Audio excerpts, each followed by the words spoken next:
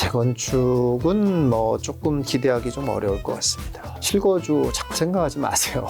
실거주용으로 정말 부동산 살려고 하면 망합니다. 저는 일단 세 가지 이유로 내 집 마련을 좀 미뤄라라고 말씀드리고 싶어요. 첫째,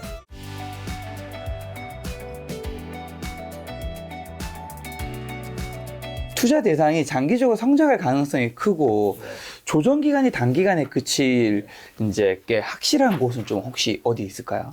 수도권 신축 또는 이제 수도권의 각 대장 아파트들 이 가장 먼저 주목을 받을 거고요. 일단 기본적으로 이렇게 생각하시면 돼요. 기본적으로 핵심 아파트들이 먼저 올라가요. 일단. 예. 그러니까 지방도 근데 사실 마찬가지예요. 지방도 전혀 이제 투자성이 없다 이런 건 아니고요. 지방도 각 지방에 이제 소위 말하는 원업이라고 하는 아파트들이 있거든요. 이제 그런 아파트들이 먼저 치고 올라가요. 이제 그런 데들이 올라가는 것이 또 하나의 신호가 될 수가 있죠. 재건축은요? 재건축은 뭐 조금 기대하기 좀 어려울 것 같습니다. 예, 왜 그러냐면은 침체기는 원래 기본적으로 이렇게 투자에 대한 거에 대한 그런 인식은 많이 줄어요. 없어져요. 근데 재건축은 너무 먼 미래잖아요. 예, 보통은 이제 그러다 보니까는 그런 거에 대한 수요나 이런 생각들은 좀 줄어들기 때문에 이제 아주 뭐 유명한 재건축들이야 이제 계속 올라가죠. 이제 뭐 음마나 뭐 잠실주공이나 목동이나 뭐 이런 데들은 올라갈 수 있겠지만 그 외의 재건축들은 뭐 지금 같은 때는 그렇게 보지 않는 게 더 좋아요. 지금 핵심 얘기해 주셔서 그럼 이제 서울에서 가장 핵심은 결국에는 이제 강남 3구잖아요. 네. 강남구 서초구 송파구의 지금 상황은 좀 어떻게 보세요? 뭐 송파 이런 데들이 그러니까 어쨌든 바닥은 찍었다라고 보여지고요. 예. 그러니까 이 상황에서 계속 거래가 이제 가끔씩 되는 상황이 벌어지는데 이 상황이 이제 점점 거래가 조금 늘어나는 상황으로 바뀌고요. 그런 늘어나는 상황이 바뀌고 그러면서 규제가 바뀌게 되면 가격이 완만하게 올라갈 가능성이 있어요. 예. 완만하게 올라가면 그래 이제 완만하게 올라가도 전체적으로는 사람들이 이제 뭐 부동산 올라가는구나 하고 막 뛰어들지는 않거든요. 예. 근데 강남 3구 같은 경우는 완만하게 올라갈 가능성도 꽤 있다. 이렇게 볼 수 있을 것 같아요. 유주에서 지금 특히 좀 송파가 더 많이 빠지지 않나요? 예, 그렇죠. 예. 그 중에서는 많이 빠졌어요. 예. 송파보다도 뭐 강동이 더 많이 빠졌죠. 뭐 강남 3구는 아니긴 하지만은 예. 뭐 많이 빠졌죠. 송파가 좀 더 빠진 이유는 예. 그래도 아무래도 이제 뭐 굳이 이제 뭐 세 군데로 치자고 하면 아무래도 강남 소초가 이제 좀 더 강하고 상급지고. 예, 아무래도 상급지고 송파는 이제 그거보다는 조금 떨어지고 송파 구로 보자고 하면 또 강남이랑 가까이 있는 곳은 잠실까지고 사실 뭐 저쪽 뭐 위례나 뭐 이런 데 쪽은 또 좀 멀거든요, 사실. 예, 그러다 보니까 암만 해도 그런 부분들이 작용을 했다고 보여져요. 예. 책에 있는 내용 좀 질문 좀 드려보면 갭 투자와 전세 레버리지 투자가 이제 다르다고 하시던데 좀 어떻게 다른 걸까요? 뭐 가장 중요한 거는 이제 오해의 소지가 굉장히 많은 건데 어쨌든 아까도 말씀드린 전세가율이 높아서서 매매와 전세의 차이가 적었을 때 사는 건 똑같은데요. 갭 투자라는 거는 그렇게 사가지고 기대하는 게 매가가 상승하는 걸 기대하는 거고요. 전세 레버리지는 그렇게 사서 매가가 상승하는 건 기대하지 않고 전세가가 올라가 주는 걸 기대하는 거예요. 예. 근데 별거 아닌 것 같아도 굉장히 큰 차이가 있습니다. 매가가 올라간다는 건 결국 무슨 말이냐면 얘가 실사용 가치가 없어도 투자자들만 달려들어도 매가는 올라가요. 그렇죠. 예, 그렇잖아요. 근데 전세가가 올라간다는 건 투자자들이 달려들어서가 올라가는 게 아니고 실수요자가 계속 꾸준히 받쳐줘야 가격이 올라가는 거거든요. 그 차이예요. 예. 근데 그거를 보고 투자했다고 하면 예. 그러니까 이제 전세가가 올라가는 거를 찾으려고 하면은 얘가 이제 계속적으로 이 지역에서 기본적으로 수요가 계속 있는 아파트냐 아니냐를 계속 보여야죠. 역사적으로도 보고 주변 환경도 보고 주변의 물량도 보고 뭐 이런 것들을 봐야 되겠죠. 그리고 3천만 원씩 4년간 투자에 여유롭게 사는 방법. 네. 뭔가요? 일단 기본적으로 전세 레버리지 시스템을 구축하는 거거든요. 예, 전세 레버리지 시스템이라는 건 결국 전세금이 이제 상승분을 이용해서 하는 건데요. 이제 이런 얘기를 하면 지금 같은 때는 만약에 혹시 처음 듣는 분들이야 이런 분들은 야 지금 다 역전세 나고 있는데 무슨 전세 레버리지냐 뭐다 이런 얘기를 하거든요. 예. 근데 이제 그 부분 먼저 하나 좀 설명하고 갈게요. 역전세가 난 이유부터 한번 좀 설명하고 갈 건데 일단 가장 큰 이유는 당연히 금리 인상이에요. 금리 인상이 됐다는 건데 사실은 그거에 또 하나 아주 중요한 이유가 하나 있는데 그게 뭐냐면 전 정권에서 임대차법이라는 걸 만들었잖아요. 이게 반시장적인 법이에요. 그러니까 무슨 말이에요? 시장이라는 건 이런 거잖아요. 결국 수요와 공급에 의해서 자연스럽게 가격이 맞춰지는 거잖아요. 전세라는 건 더더욱 거품이 없는 거거든요. 근데 이게 전세가가 이게 올라가는 것이 부담스럽다라고 정부가 느끼니까 어떤 일을 벌였냐면 야 너네들은 전부 다 전세를 5%만 올려하고 그냥 정해버려 버렸거든요. 그러다 보니 어떤 일이 벌어지냐면 그거에 해당돼가지고 어쩔 수 없이 올리지 못하는 물건들이 쫙 있을 거 아니에요. 그러니까 얘네들은 다 못 올려요. 그런데 그러다 올릴 수 있는 몇 개 물건들이 있을 거 아니에요. 그러다 보니까 희소하잖아요. 얘네들은 또. 그러니까 얘네들은 또 마음껏 올릴 수가 있어요. 희소하니까. 그리고 사람들은 있으니까. 그러니까 어떤 현상이 뭐냐 가격이 이중 구조가 됐어요. 5%에 제한받아서 못 올리는 애들, 우리는 거기에 빠져가지고 마음껏 올리는 애들 이렇게 이중 구조가 돼 있는데 이 가격 자체가 일단 이상 가격이에요.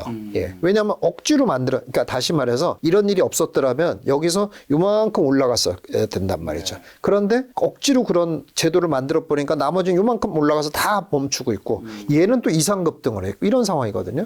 거기에 금리 충격이 딱 오니까 얘가 일단 꼬꾸라질 수밖에 없어요. 원래도 이상한 금액이었는데 금리까지 인상되니까 이렇게 되는 거거든요. 그래서 이런 부분들이 이제 해소가 돼서 다시 말해서 시장에 의해서 시장의 적절한 가격으로 이제 멈춰지잖아요.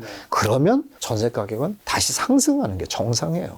예, 올라갈 수밖에 없습니다. 올라갈 수밖에 없다. 그래서 그게 이제 지금의 약간 이상 현상일 뿐이지 결국은 이런 이상 현상이 해결이 되고 나면 결국 전세가는 상승한다 이거죠. 그러면 그 전세 가격이 상승하는 거를 기다려서 그러니까 올라간 전세 가격이 나올 거잖아요. 그러니까 그 돈을 가지고 투자에 재활용을 하는 거죠. 그게 이제 전세 레버리지 투자이고 3천만 원 가지고 하는 법입니다. 그 3천만 원씩 사는 건 어떻게 하면 되는 거죠, 근데? 그러니까 이제 그렇게 3천만 원 정도를 투자를 해서 부동산을 샀잖아요. 그러고 이제 그 다음에도 또 사요. 예, 그런 거를. 그 다음에도 또 사고, 그러면 이제 4년 동안 4개 살 수 있잖아요. 그러면 1억 2천 들겠네요. 그렇죠? 3천만 원씩 4개 사니까. 1억 2천 정도는 있어야 된다는 얘기인데, 어쨌든 그건 있다고 쳐요. 예. 그래서 한 4채 정도 사면은 얘가 이제 2년마다 한 번씩 돌아가면서 계속 이제 전세금 상승분을 내준다는 거죠. 근데 3천만 원 투자해서 도대체 그럼 전세금 상승분이 얼마나 될 거냐 생각이 들잖아요. 맞아요. 별로 안 돼요. 3천만 원 투자해가지고 무슨 뭐 3억 나오길 바라겠습니까? 나와봐야 얼마 나오겠어요? 뭐 많이 나오면 뭐 1,000만 원 나오겠죠. 뭐 이런 식으로 나온단 말이에요. 그런데 이 1,000만 원이 어마어마한 힘을 발휘한다 이거죠. 왜냐? 아니 보세요. 내가 노력만 해가지고 내가 노동을 해서 최대한 모을 수 있는 게 1년에 3천만 원인데 거기에 플러스 1,000만 원이 어딘가 뚝 나왔다고 한번 생각해 보세요. 이제는 4천만 원 가지고 투자할 수 있는 사람이 되잖아요. 규모가 달라지는 거예요. 계속 그러면 어떻게 되겠어요? 계속 규모가 늘어난다니까요. 그러면 얘도 계속 돈을 만들어내잖아요. 그럼 어떻게 되겠냐는 거예요. 나중에는 그렇게 내가 투자할 수, 그러니까 내 노동으로서 벌어들인 돈은 급격하게 늘어나지 않잖아요. 그런데 세월이 지나면 어떻게 내가 투자할 수 있는 돈은 급격하게 늘어난다는 거예요. 그럼 상황이 완전히 달라져요. 그런 의미에서 예. 자, 경자달 20 프로젝트는 뭔가요? 예, 이렇게 해가지고 그걸 이제 2개 단계로 나눈 거거든요. 예, 1단계는 보통 이제 10년, 10년으로 나눈 거거든요. 예, 10년 동안은 지금 제가 얘기한 전세 레버리지 투자. 그래서 계속 늘려가는 거죠. 예, 그래서 전세금 나오면 또 재투자하고 하는 과정을 하는데 결국 근데 그게 결국 내 돈이 아니잖아요. 왜냐하면 남의 돈 가지고 전세금 받아가지고 한 거니까 재무적으로는 내 돈이 아니란 말이에요. 예, 그런 것들을 하여간 어쨌든 내 돈은 이제 일부만 있는 거죠. 그러니까 그렇게 해서 늘렸잖아요. 그렇게 해서 늘리면 10년 동안 가만히 있어도 나오는 투자금이 굉장히 많아져요. 그걸 저는 한 어느 정도쯤 생각하냐면 한 1억 정도. 1년에 한 1억 정도는 내가 가만히 있어도 투자금이 나와주는 거죠. 전세금으로 인해서. 그 정도 수준까지 되면 멈춰야 된다. 이런 거고 그렇게 멈추고 그 다음 2단계로 넘어가야 되는데 2단계는 뭐냐면 그런 돈을 가지고 이제 상업용 부동산을 사는 거죠. 수익형 부동산, 예, 상가나 뭐 이제 꼬마 빌딩이나 이런 걸 이제 살 수 있는 수준으로 가는 거죠. 근데 그것도 그럼 어떻게 사냐 그러지만 그렇지도 않아요. 매년 1억씩 나온다면 3년만 모아도 3억이잖아요. 그렇죠. 예, 그러니까는 그런 3억을 모은 거와 대출 이제 받아가지고 하면은 뭐 상가 같은 건 한 70%까지 대출을 해주는데 또 이제 이런 아파트랑은 틀린 게 지금은 이제 금리가 높아서 그렇지만 금리가 늘 이렇게 높지 않을 테니까 금리가 이제 조금만 낮아지고 이렇게 된다 그러면은 70% 정도 대출을 받는다고 해도 월세 받아서 이자 다 내고 그러고도 수익이 돼요. 그러면 이제 그런 것들을 이제 쌓아 나가면은 나중에는 월세가 뭐 한 달에 1,000만 원에서 한 몇 천만 원까지 나오는 그런 상황이 벌어질 수 있잖아요. 예. 그런 과정이 10년 해가지고 20년 정도 되면은 달성할 수 있다. 이런 얘기입니다. 조장 말씀 들어보면 굉장히 심플하고 좀 단순한 투자법인 것 같은데 맞습니다. 왜 많은 사람들이 뭐 따라하지 못하는지랑 예. 그 다음에 이걸 하면서도 그래도 조심해야 되는 것들도 좀 있을 것 같거든요. 그렇죠. 좀 어떤 예, 게 예. 있을까? 이게 뭐 그냥 이대로만 한다 해서 뭐 모두가 부자 되는 건 아닐 수 있을 테니까요. 예, 그렇습니다. 근데 이게 정말로 네.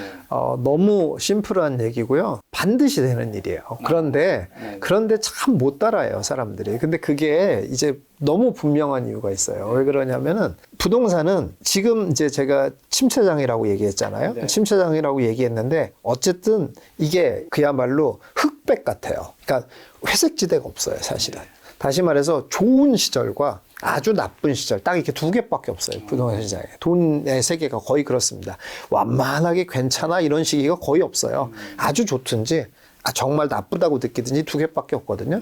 그러면은 아주 좋은 시절에는 이런 전세 레버리지 투자를 안 하고 싶어요, 사람들이. 왜 안 하고 싶냐면은 다른 게 더 돈 되는 게 많거든요. 화끈한 게 있어요. 뭐 예를 들어 재건축이라든지 재개발 뭐 초기에 어떤 물건이나 이런 것들이 사면 막 금방 오르고 막 이러거든요. 그러니까 그런 화끈한 것들이 있기 때문에 야, 이걸 사가지고 내가 2년 기다려서 전세금 나오면 그거 가지고 또 투자해야지. 이게 너무 지루하게 느껴집니다. 그래서 안 하고 싶어요. 그래서 안 합니다. 그러다가 이제 확 시장이 바뀌어가지고 이렇게 약세장이 됐어요. 약세장이 되면은 그런 걸 할 수가 있거든요. 할 수가 있는데 이렇게 약세장이 되면 또 어떻게 되냐면은 하고 싶지가 않아요. 예, 그냥 믿음이 없어져요. 이제 야, 이게 되겠어? 이게 부동산 오르지도 않는데 뭐하러 이걸 사가지고 이런 짓을 해? 라고 또 안 해요. 그래서 결국 언제든지 하기가 어려운 이런 상황이 돼버리는 이런 일이 벌어집니다. 그런데 그런 것들을 좀 이겨내고 이제 강세장일 때는 약간 욕심을 줄이고 하는 게 필요하고 이런 약세장에서는 약간 인내하는 마음을 가질 필요가 있고 그래서 이렇게 세팅을 해놓으면은 얘네들이 다 나중에 나를 부자로 만들어주는 다 일꾼들이 되는 거죠. 네, 말씀하신 방식으로 사실 지난 상승장에서 이제 부를 창출한 투자자분들 많았는데 이런 소액으로 많은 부동산을 매입하는 방식이 좀 앞으로도 계속 유효하다고 보시는 것 같네요. 예. 물론 그렇습니다. 예, 당연히 가능하고요. 근데 이제 그런 얘기를 하면 이제 제일 많이 이제 듣는 질문이 그럼 뭐 종부세는 어떻게 할 거냐, 뭐 지금 취득세 중과되는데 중과는 어떻게 할 거냐, 뭐 이런 얘기들 굉장히 많이 하거든요. 근데 이제 제 책에도 얘기했지만 그런 세금을 막 이렇게 맞부딪혀면서 할 수는 없어요. 피해야죠. 당연히. 피하면서 할 수 있거든요. 근데 종부세도 보세요. 종부세도 뭐 많이 올랐다고는 하지만 종부세 지금 규정이라는 게 부부 공동 명의로 한다면은 1인당 거의 뭐 한 20억 정도까지는 거의 종부세를 안 내거든요. 사실. 그러니까는 아니 그 정도 재산 모을 정도로까지 일단 모으고 나서 얘기를 하란 말이에요. 예. 그러니까 그 이상도 막 종부세를 막 몇 천만 원 막 이렇게 내가면서 하라는 게 아니라 그 정도 선까지는 하는 거고 또 취득세도 막 8% 12% 내가면서 막 사라는 뜻이 아니라 취득세 중과를 안 해주는 부분들이 있어요. 뭐 이제 지난 정권 같은 그렇게 규제가 겹겹이 쌓여 있는 때라고 하더라도 재개발 입주권이라든지 뭐 오피스텔이라든지 이런 것들은 취득세 중과에 벗어나 있단 말이죠. 이제 이런 것들을 이제 해나가는 거죠. 그런 것들을 하고 또 이렇게 규제가 바뀌어지거나 또 그 전에 같은 데는 임대사업자라는 게 있었단 말이에요. 그래서 임대사업자에다 넣으면은 종부세도 안 하게 해주고 또 취득세도 그런 뭐 문제가 없게 해줬단 말이죠. 그런 제도들을 또 활용하는 거고요. 그런 식으로 제도와 이런 규제들은 최대한 피할 수 있는 건 피해가면서 모아갈 수 있다 이런 얘기예요. 네, 아까 전에 말씀해 주셨는데 상가형 부동산, 그 오피스텔이랑 꼬마 빌딩 있잖아요. 네. 이쪽 시장은 그럼 지금은 어떻게 보세요? 그거는요, 사실은 같은 계열로 이렇게 묶어서 말씀할 수는 없는 거거든요. 이제 이런 얘기를 하면은 그 관계자들한테 또 욕먹을 얘기긴 한데요. 예. 사실 오피스텔 일반 투자자들 입장 봤을 때 오피스텔이나 지식산업센터 이런 것들은 95%가 다 쓰레기예요. 예. 무슨 거죠? 95%가 다 쓰레기라고요. 예, 어떤 그러니까는 의미죠? 그러니까 투자성은 전혀 없다는 거예요. 투자성이 없으면. 예. 아니, 투자성이 없고 그냥 뭐 이제 활용 가치 정도는 있죠. 그냥 활용 가치. 그러니까 다시 말해서 투자성이라는 건 올라야 되잖아요. 어쨌거나 시간이 지나면 올라야 되는데 오르지 않고 그냥 계속 이렇게 있다 이거예요. 거의 95%의 것들은 그래서 조금 제가 심하게 말은 했지만 그 생각을 해보세요. 내가 이제 뭐 예금을 했다든지 그러니까 뭐를 샀다고 해가지고 해도 그게 뭐 10년이 지나도 그 가격이 그대로 있다. 그럼 원금은 내가 회복은 하지만 그게 의미 있는 투자는 아니잖아요. 예, 무조건 올라야 되잖아요. 기본적으로. 근데 그러지 못하는 것들이 거의 95%다 이거예요. 그래서 5% 되는 것, 투자성 있는 걸 찾으려고 하면 좀 노력을 해야 될 필요가 있고요. 상가는 조금 달라요. 그거랑. 근데 상가는 뭐 전부 다 그렇다 이렇게 말하기도 어렵지만 상가도 일반인들이 접근할 수 있고 투자성 있는 상가는 사실 매우 적습니다. 예. 근데 그 적은 상가를 찾는 게 근데 어렵지는 않아요, 사실은. 근데 그거는 이제 좀 공부를 해서 접근해 볼 필요가 있다 이렇게 보여져요. 예. 근데 시장에 대해서 한번 물어보셨죠. 지금 시장은 상가 시장만 그냥 얘기를, 그건 좀 내용이 달라서요. 예. 오피스텔 지산이랑은 좀 내용이 달라서 상가만 놓고 얘기하자면 상가는 그래도 조금 다 이제 조금 재산이 좀 있는 사람들이 갖고 있는 경우가 많거든요. 예. 그래서 금리가 이렇게 올랐어도 막 싸게 막 물건이 나오지는 않아요. 사실 지금. 예. 그러고 있는 상황입니다. 근데 상가나 꼬마베티 이런 쪽은 대출이 되게 많잖아요. 네. 뭐 많으면 80%까지 있는데 그렇죠. 아무리 돈이 많은 분도 사실 건물 살 때 내 돈 100% 사는 분은 거의 없잖아요. 그렇죠. 80%씩 확 당겨서 사신 분들은 네. 이제 2023년에 진짜 금매가 많이 나올 확률이 높다. 네, 예.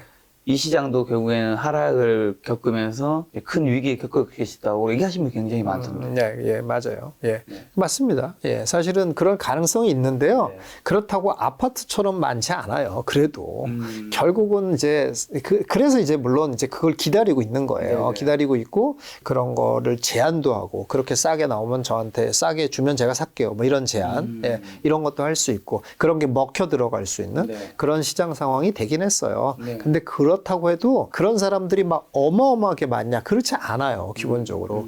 왜 그러냐면 어쨌든 수익이 나오잖아요. 수익이 나오고 그럼 이자가 올랐으면은 내가 옛날에는 뭐 이자 내고 내한테 들어오는 돈은 없고 내가 이제 돈을 이제 내는 경우가 더 많았죠. 서울 같은 경우는 다 그랬거든요. 서울에 있는 꼬마 빌딩 같은 경우는 금리가 아무리 낮았어도 수익률이 몇 프로는 1.5%뭐 이렇단 말이에요. 이랬거든요. 예. 그러면은 내가 뭐 아무리 싸게 대출 받는다고 3% 대출 받고 뭐 이렇게 하면은 오히려 내가 돈을 내야 되는 그런 상황이 시세 차익을 기대하는 거죠. 예, 그렇죠. 시세 차익을 기대하는 거죠. 뭐 연예인들이 많이 그렇게 또 투자를 하죠. 예. 근데 그렇게 했는데 그 내는 돈이 좀 늘어나는 거죠. 이자가 커지니까. 근데 늘어난다고 하더라도 그런 정도의 산 사람들은 그 늘어나는 걸 감당해요. 대부분은.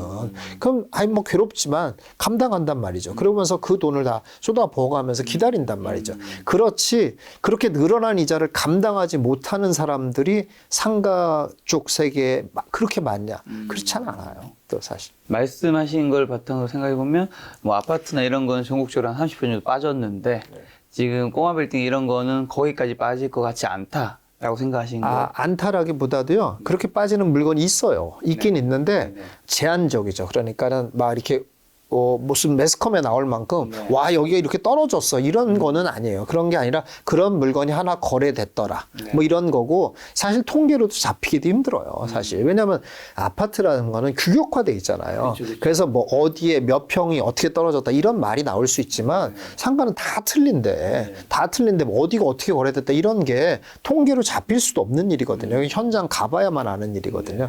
근데 이제 현장 가보면은 그렇게 많이 30% 정도 떨어진 물건들을 살 수 있는 타이밍들, 살 수 있는 물건들이 존재할 수 있죠. 그 정도예요. 그렇게 보면 됩니다. 그래도 내 집 한 채는 있어야지 하면 이제 투자보다 실거주지 사실 마련 강조하시는 투자자분들 굉장히 많은데 이제 저자님은 오히려 좀 반대로 얘기하시는 거예요. 맞습니다. 왜 그럴까요? 실거주 한 채 굉장히 중요한 건데. 예, 굉장히 중요하죠. 예. 근데 정말 이 부분에 대해서는 제가 정말 꼭 하고 싶은 말이 있는데요. 실거주 자꾸 생각하지 마세요. 실거주용으로 정말 부동산 살려고 하면 망합니다. 왜요? 내 집에 사는 행복. 그렇죠. 내가 얼마나 그게 큰 건데요. 그렇죠. 그런데 저는 일단 세 가지 이유로 내 집 마련을 좀 미뤄라라고 말씀드리고 싶어요. 첫째, 인생에는 생각보다 많은 변수가 있다라는 거예요. 예. 저는 이제 오랫동안 이제 상담을 해왔잖아요. 오랫동안 상담을 해와가지고 사람들을 보는데 다들 그렇게 얘기해요. 다들 이제 본인은 뭐 예를 들어서 여기에서 뭐 평생 살 줄 알았는데, 근데 아닌 일들이 너무 많이 많죠. 벌어지고요. 예. 자녀 문제, 또 부모 문제, 또 뭐 성격 문제, 뭐 또 이웃과의 문제, 이런 너무 많은, 또 기업, 뭐 본인의 다니는 기업, 회사 문제, 예. 이런 문제들에서 너무 자기가 상상하지도 못하게 주거지로 옮겨야 될 상황들이 생각보다 굉장히 많이 발생합니다. 네. 예. 그렇기 때문에 그런 변수가 없을 거라고, 나는 뭐 안정적인 직장에 다니고 뭐 이러니까 그럴 변수가 없을 거다라고 생각하는 거 너무 큰 오산이에요. 인간에게는 훨씬 더 많은 변수가 있습니다. 그런데 내 집을 갖고 있다라고 하면 얘를 생각해 보세요. 지금 같은 때 내 집을 팔아야 되는데 안 팔린단 말이에요. 어떻게 할 거예요? 오히려 이렇게 발목을 잡는다니까요. 그렇기 때문에 내 집 마련에 너무 꽂혀서는 안 된다라는 게 첫 번째. 인생에 변수가 많다라는. 요건 공감이 갑니다. 첫 번째고요. 두 번째는 뭐냐면은, 두 번째는 내 집 마련을 하려면 네. 두 가지 선택들을 하는 경우가 많은데, 하나는 매우 무리한 선택을 하거나, 예, 하나는 매우 무모한 선택을 합니다. 뭐가 다르죠? 예, 무리한 선택이라는 건 이제 쉽게 말해서 대출을 많이 끌어들이는 그렇죠. 거죠. 왜 무리한 선택을 하냐면, 내 집이고 내가 여기서 평생 살아야 되겠다 이렇게 생각하니까 어떻겠습니까? 요런 조건도 만족시키고 저런 조건도 아니면 만족시키고. 좋은지, 그렇죠. 그러다 보면 돈이 어차피 많이 여기서 있으니까. 평생 살 건데 이왕이면 내가 쫙 뭐 애도 나중에 키우고 학군도 나중에 계속 있을 거고 이런 거 다 고려하고 싶잖아요. 어떻게 하겠어요? 무리하게 돼요. 그러면 할 거 그냥 이왕이면 그냥 어차피 내가 살 건데, 이런 무리한 짓을 오히려 한다는 게 문제고요. 아니면 어떤 짓을 하냐면 무모한 짓을 합니다. 이 무모한 짓을 하는 건 뭐냐면, 내가 살 집인데 어때? 나만 마음에 들면 되지 라고 한다는 거예요. 투자 가치 굉장히 그렇죠. 떨어지는. 그런 건 전혀 생각하지 않는, 뭐 나는 2층 집이, 그러니까 뭐 복층집이 좋아. 복층 빌라 너무 좋아. 막 이런 걸 샀다든지. 아니 뭐 예, 굉장히 예. 세대수가 적은 소형 아파트. 그렇죠. 뭐 그런 거라든지, 뭐 지방에 어디 뚝 떨어져 있는데라고 하더라도 난 너무 좋아 여기가. 그럼 뭐 내가 살 집인데 뭐가 어때?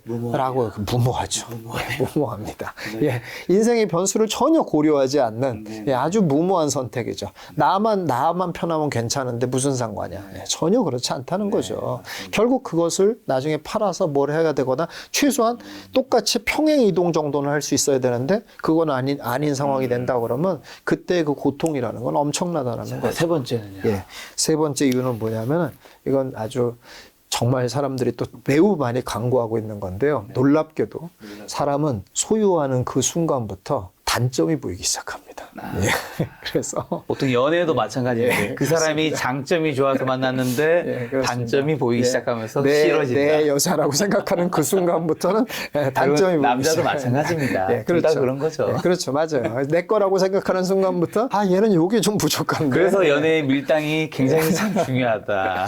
네, 그렇습니다. 그래서 집도 그렇습니다. 예. 정말 내가 저 집은 꼭 가졌으면 좋겠어 하고 워너비로 딱 생각하는데, 인간은 딱 1년 갑니다. 예. 그렇죠. 예. 워너비로 이제 딱 한 거는, 뭐 그런 얘기 하더라. 사랑은 딱 3년 간다고 해요. 예. 사랑은, 근데 뭐 더 가는 사람도 있는 것 같아요. 근데 어쨌든 뭐 일반적인 얘기는 사랑 3년 간다고 하거든요. 집은 제가 딱 보니까 딱 1년 갑니다. 1년 행복하게 삽니다. 1년 행복하게 살고, 딱 1년 살고 나면 그때부터는, 집에 왜 이렇게 햇빛이 들들어, 뭐 왜 이렇게 옆집이 시끄러, 윗집은 뭐 이래, 뭐 지하철 가기가 불편해. 별의별 문제들이 이제 계속 생기죠. 좋은 것들은 이미 익숙해지고 그렇지. 나쁜 것들은 계속 걸릴 테니까. 네, 계속 걸립니다. 계속. 그럼 이렇게 세 가지 이유로 이제 실거주지 마련을 하지 말라는 이유이신 거고, 네. 그럼 실거주지 안 하고 투자를 하라는 뜻으로 받아들이면 되는 건가요? 예, 뭐 그런데요. 사실 이제 뭐 사실 이상적인 건 투자성도 있고 실거주하기도 좋은 데 사는 게 최고죠. 그러면 돼요. 그럼 뭐가 문제가 있겠어요. 그러면은, 예, 앞에 문제를 다 해결하잖아요. 예. 왜냐하면 내가 그래서 이런 점이 마음에 안 들었다든지 이런 변수가 생겨서 그거 팔고 딴 데 가면 되는 거잖아요. 아무 문제가 없잖아요. 근데 다만 그렇게 투자성도 있고 실거주도 만족할 만한 거를 못하는 사람들이 훨씬 많다라는 거죠. 예, 못하는 사람들이 훨씬 많으니까 그럴 때는 실거주를 조금 양보하고 투자를 조금 더 앞세워라, 그런 얘기예요. 예, 그렇습니다. 자, 부동산 시장 향후 20년을 좌우할 뭐 5가지 키워드가 있다고요. 예. 뭔가요? 5가지 키워드는 예, 일단 뭐 강남권 변함이 없다는 거고요. 예. 뭐 잠깐만요. 강남권 왜 변화가 없다는 거죠? 그러니까 부동산에서 네. 일단 강남은 이제 가장 핵심적인 데가 됐고요. 일단 그렇죠. 강남, 그러니까 쉽게 말해서 뭐 부동산의 가치를 볼 때도 강남과의 거리가 얼마냐. 그렇죠. 이렇게가 다 가치가 결정이 되는 거고, 그게 지금은 너무 그 기반 시설이 너무 오랜 세월을 거쳐가지고 마련이 됐기 때문에 이게 한 번에 바뀔 가능성은 없다라고 강남을 보여져요. 넘어서는 입지는 앞으로도 없을 것이다. 그렇죠. 그러니까 이제 강남과의 연계성, 강남에 대한 파급력, 뭐 이런 것들이 계속 포인트로 봐야 될 부분이다라는 거고요. 일단 강남. 예. 두 번째는 이제 역세권. 역세권이라는 거는 뭐냐면은 아무리 이제 여기 많이 만들어진다고 하더라도 결국 이제 그런 교통의 편리함은 희소성을 확실하게 갖고 있잖아요. 그리고 이런 역세권은 또 어떤 의미까지 있냐면 요새는 이제 역세권을 중심으로 해가지고 이제 새로운 리단길, 땡리단길 많이 만들어지고 있잖아요. 이런 것도 아주 큰 트렌드가 되는데 결국 그런 트렌드가 어디에 만들어지냐면 대중들이 접근하기 좋은 데에 만들어지거든요. 그런 것도 그렇고 뭐 나라에서 뭐 이제 용도 변경을 해가지고 여기에다 좀 고층 빌딩을 세울 수 있게 해주겠다라고 하는 것도 역세권에 하고 이렇습니다. 그래서 앞으로도 지금도 역세권 중에서 조금 많이 사람들에게 그렇게 크게 주목을 받지 못한 데가 있다라고 하면 관심을 가져볼 만하다. 라는 거고요. 세 번째는 소형. 소형은 제가 옛날부터도 많이 강조를 했었는데요. 이 소형을 지금 이렇게 강세장에서는 또 잠깐 소형을 또 다 입고 다 막 대형 막 했었거든요. 대형이 앞으로 뜰 것이다. 그래요. 대형은 요즘에 강남에 제가 알기로 신고가 친다고 들었는데. 그건 이제 강남만 그래요. 강남만 그렇고 강남을 제외한 다른 곳의 대형은 다 팔아야 된다. 거의 그 정도입니다. 조금 더 투자성은 세부 별로 설명해 없다. 주시면. 그럼 왜 그러냐면 벌써 이제 인구 분화가 엄청 많이 되고 있잖아요. 뭐 세대 분화가 계속 되고 있고 1인 가구, 2인 가구가 벌써 합쳐서 60%가 넘는 그런 시대가 됐잖아요. 그런 식으로 자꾸 분화되고 있는 상황이기 때문에 대형 평형이 필요한 사람들이 별로 없어졌어요, 이제. 그래서 뭐 한때 이제 코로나가 있어서 집에서도 뭐고 해야 되고 막 이러니까 대형의 수요가 늘어날 거다 뭐 이런 얘기도 했었습니다만은 그런 코로나 같은 일이 또 벌어진다고 하더라도 대형이 필요한 게 아니고 그러면은 집의 기능이 분산이 돼요. 그러니까 이건 여기서 하고 이건 여기서. 그래서 이제 거점 오피스 같은 것들이 발달하고 그러잖아요. 그런 것처럼 그렇게 되지 집에서 모든 걸 해결할 수 있게 집을 자꾸 키워야 된다. 이런 상황은 벌어지지 않습니다. 그래서 집은 소형이 더 가치가 있다. 투자성이 있고 찾는 사람이 더 많으니까 이렇게 소형이 가치가 있다라고 이제 보시면 되겠고요. 네 번째는 실사용에 대한 이제 그러니까 전세가율 그리고 월세 수익률 이런 수익률을 얘기를 하고 있는데요. 그러니까 항상 제가 많이 강조하고 있는 건데 부동산이라는 건 결국 얘가 이용 가치가 얼만큼 되느냐를 꼭 봐야 돼요. 그 이용 가치 대비해서 가격이 얼마나 되느냐 이걸 꼭 봐야 되거든요. 그래서 그런 이용 가치에 대한 그러니까 과거에 그러니까 고점에 사가지고 지금 막 괴로워하고 이러는 사람들도 결국 뭐냐면 너무 이용 가치에 대한 개념을 생각하지 않고 이게 막 오르니까 빨리 사야 되겠다 이렇게만 생각을 한 거거든요. 사실 뭐 이미 이용 가치 면에 있어서 거품이 많이 이제 끼어 있었던 건데 그런 것들을 고려하지 않은 것들이 많은 이제 문제점으로 작용했다라고 이제 얘기해요. 마지막 5번째는요? 마지막 5번째는 새 것. 새 것에 조금 좀 집중을 하셔야 된다. 그런 얘기를 할 때 어떻게 이제 이해를 하시면 좋냐면 이제 가끔 이런 얘기를 해요.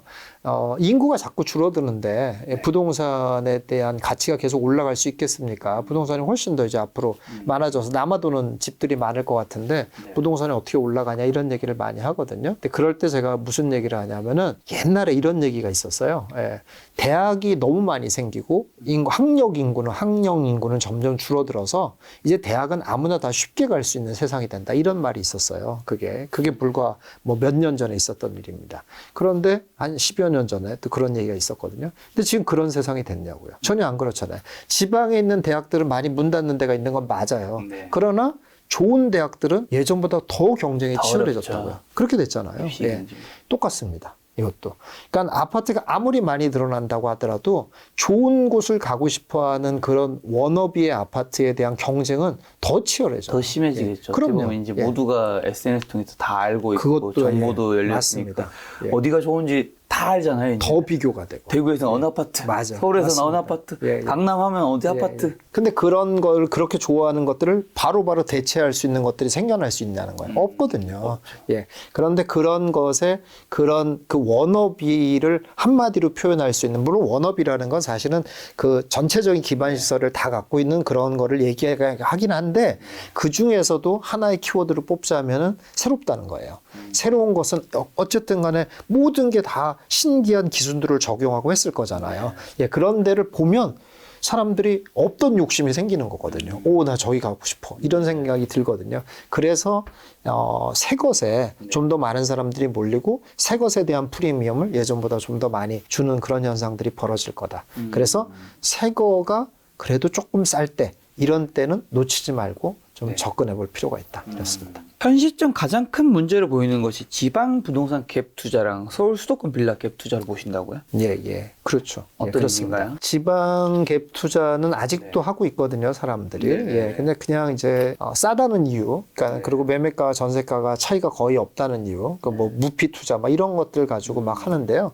말씀드린 것처럼 기본적으로 실수요가 받쳐주지 않는 것들은 매우 큰 문제가 발생합니다. 근데 지방 그럼 또 이런 얘기 하죠. 아니 지금도 전세가가 이렇게 꽉 차 있게 이렇게 실수요가 있는데 그게 왜 실수요가 받쳐주지 않습니까? 이렇게 얘기를 하는데 지방은 언제든지 공급이 가능합니다. 예, 언제든지. 그리고 그런 곳들에 있는 전세와 매매가가 같은 곳 정도에서 거주하는 사람이라고 하는 거는 기반시설이 막 잘 갖춰져 있는 곳에 거주하는 분들이 아니거든요. 그냥 그런 분들은 대체 수단들이 얼마든지 있어요. 다른 데 아파트가 하나 지어지거나 빌라만 막 지어진다고 해도 이런 분 다 떠납니다.